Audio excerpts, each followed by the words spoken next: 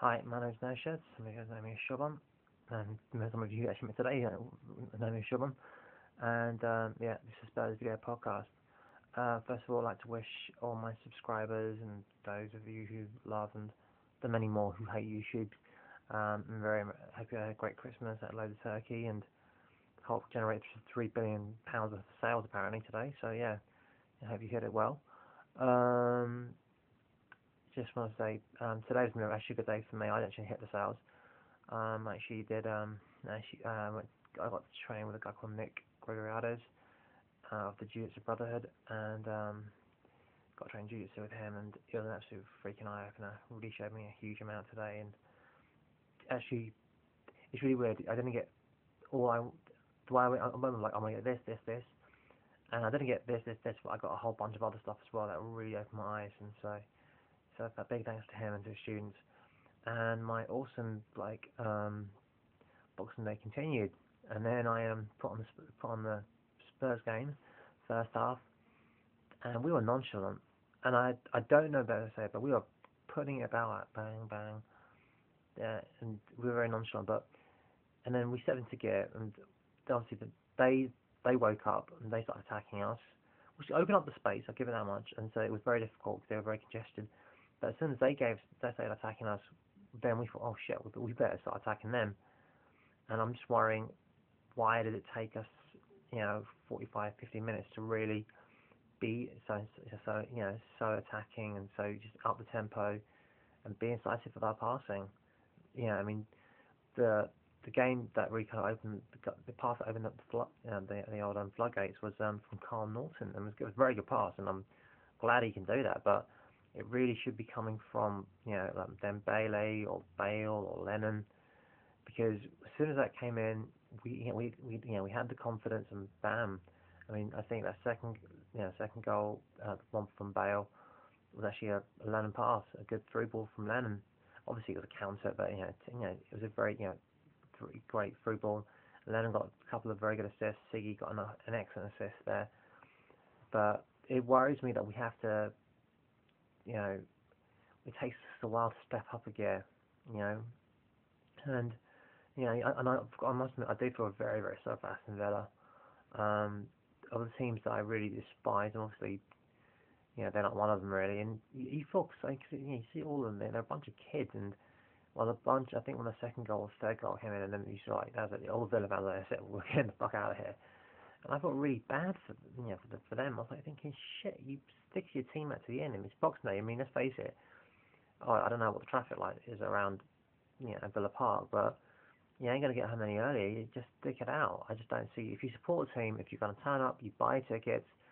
If you forego the sales of Boxing Day and decide to actually be at your club and support it, then you stay there to the end. I mean, when I saw those empty seats, I mean, I can imagine a lot of those kids, their heart must have sank. And they gave it their all. I mean, their first half, he did change it. He tried to be a bit more attacking. Which made a bit more sense. And obviously that opened us up, and it opened them up, and then bang, when we got that first goal, it was a lot easier. And the funny thing is, I hate to say it, but the man of the match, even though he conceded 4 goals in the first half, was actually Brad the other man of the match, or their man of the match anyway, is Brad Guzan. I mean, obviously the man of the match, Gareth Bale. You can't give a man who gets a hat trick. You cannot not give a man who gets a hat trick, the man of the match. But Brad Guzan really kept him in that first half. He really did, and then. I don't think he could really be falling for any of the goals, really. That being said, though, I think there is a solution for Villa, and I know this is supposed to be a podcast, but there's a solution. It actually helps as well. But their midfield, they really do need someone that can lead and someone who can help set their tempo a little bit. And I think, and we need we need a shift, a player who is injured, is going to struggle to get games.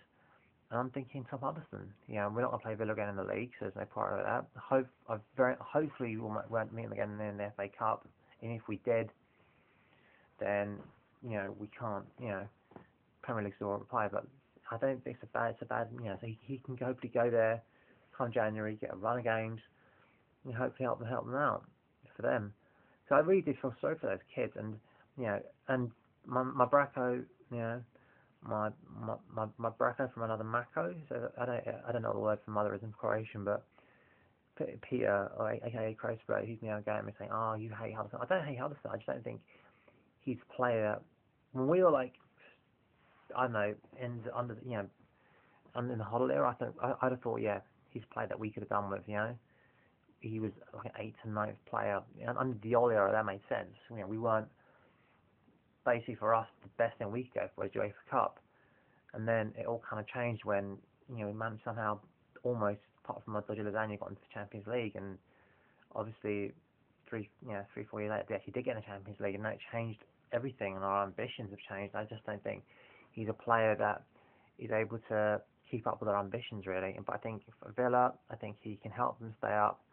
He's a leader. He's experienced. He's played in the Premiership. This will be his 5th year, if you don't count last year 'cause he was injured. So he's got a lot of Premiership experience, and he's a leader because he was the Spurs captain, I think, when we got into Milan. So again, which apparently I tend to forget. But yeah, so I thought that's why I thought we would play really well. I mean, Lennon. The one thing I didn't see that during that first half, you thought, why isn't Lennon attacking his ball back a little bit more? But we were creating chance after chance after chance, and the ball just wouldn't fall for us. And I thought JD could have had it. There was one moment, I think, Adebayor, by sets of the defence, a bit of a better touch by at JD, then I think we could have easily, it would have been one that, he could have had a hat-trick as well, because there were some moments that, there was one where he actually had all the time, he had time to stun it, and smack it, and he didn't hit it first time, he had that much time and space. But, 4-0, clean sheet and all that, and 4th in the league. I'm going to actually skip shout out to our mate Adam.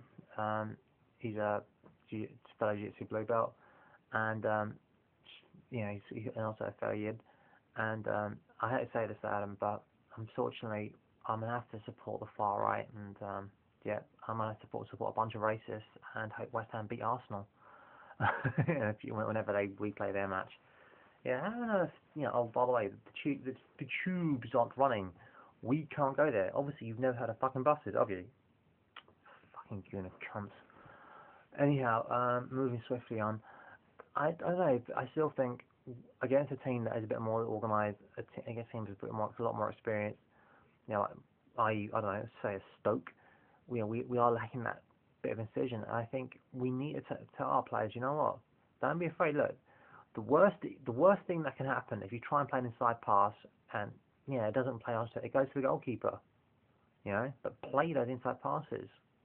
And I think that is one thing that I'm really like. I mean, there's a really funny moment. I think it's the movie Wildcats where Goldie Hawn is passed over for football coach, and then she goes to this guy who's absolutely nerd-looking. I think he's a home economics guy. He goes, so do you know how to get good penetration? And when I first watched it, I was about 7, so I don't actually know what that meant. 7 or 8, so I didn't actually know what that meant. But now it means something. Now I know what it really does mean. But I still think no, I just don't think our penetrative passing is really, really poor, and hopefully we can get a player coming in. I don't think it'll be Schneider. I think I think he obviously hired the same reps that had, I don't know who, the same Rivaldo's reps, and they're going to use us as a stalking horse really, and use our interest to generate things. It's not going to happen. Then first of all, Schneider isn't the player he was 2.5 years ago. He's never really hit the same heights that he did on Mourinho. He's injured. He's had injuries. He hasn't played for about 2 months, so he's not even match fit.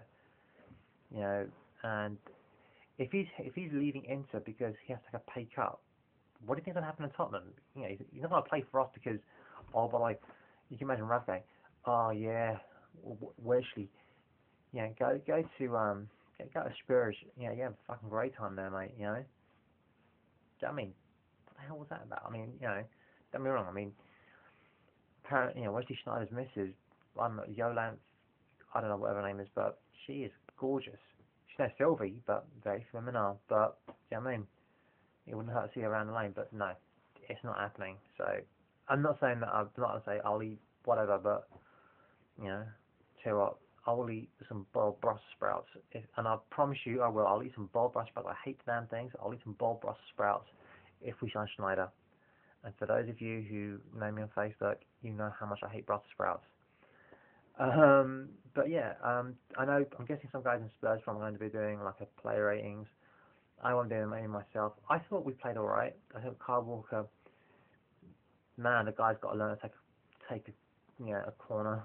He overhits everything. I mean, I don't say if he doesn't hit anyone, but fucking overhitting it, that's just not acceptable. Seriously. I mean, I don't know what the hell they're doing at Balls Cross, but seriously, they've got to sort something out because the amount of overhit corners, it was just comical after a while. No wonder they kept giving away the